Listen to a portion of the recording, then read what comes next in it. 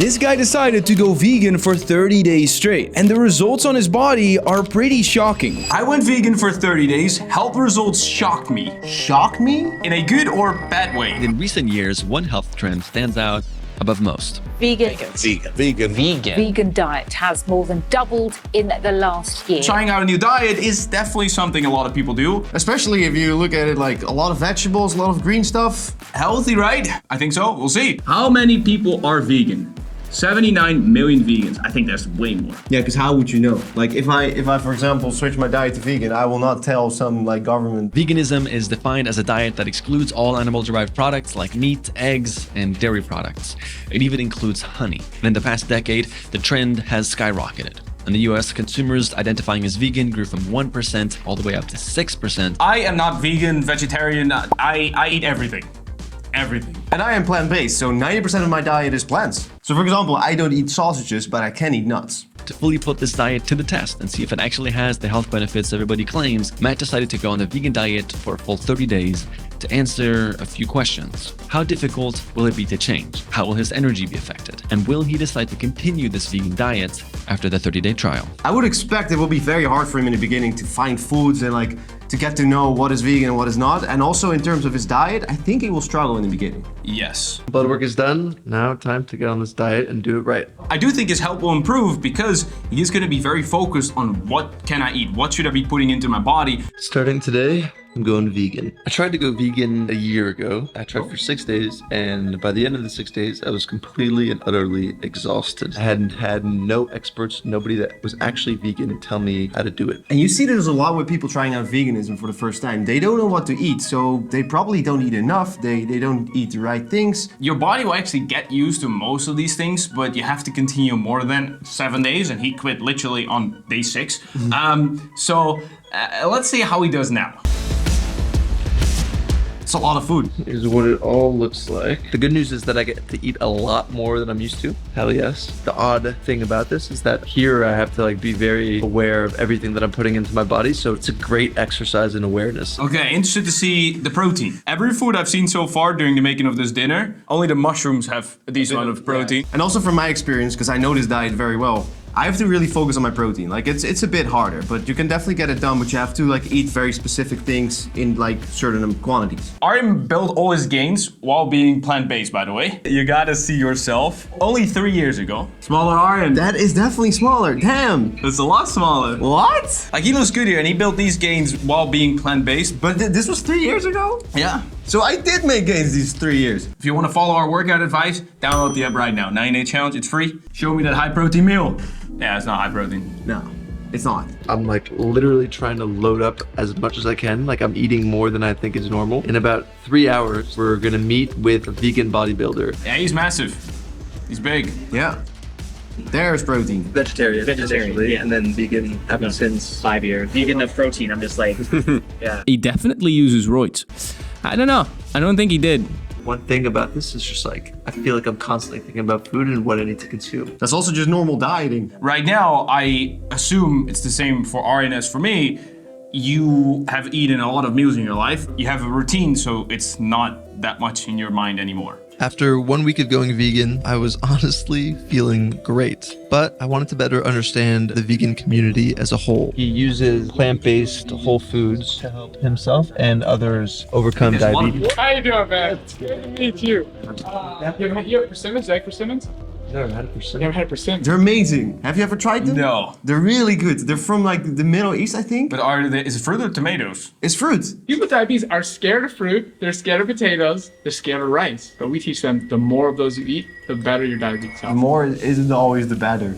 Especially for those people. No. Eating too much fat, particularly saturated fat, causes insulin resistance. Okay. So when you take out the fat, you can eat the carbohydrates without having insulin spikes. I don't think that's true. No. If you have carbs, you will have insulin spikes. Yes. Maybe he's talking like the extreme insulin spikes. The vegan with the fruits claimed that fat increases insulin resistance. Okay, but by how much? Is it all fats that do that? Why don't you mention the fats that lower insulin resistance? Like, that is the thing. We were not weird for thinking that was weird. No. Even lean meats are still higher in fat. No. Because what's like if you take lean chicken? What's the fat? Total fat, 3.2 grams. That's not a lot. That's not a lot, bro. That's always the thing. I don't like about these people is that they are so radical and extreme in certain things that they take it too far, and then it's like unbelievable. We have over 100 million people in the US alone that have either type 2 diabetes or pre-diabetes. That I believe. But I do have to say that there are a lot of studies that a plant-based or like a more plant-based diet can really help people with diabetes or preventing diabetes. But the way he's explaining it, it sounds very extreme and like... It sounds extreme and I don't know if it's true. So I was watching Taco Bell commercial and I was like, I kind of want Taco Bell. Like, obviously I can't have Taco Bell. I mean, I can if I wanted to, but I don't want to. I wanted to recreate it just using plants, so what the hell? So then you get that.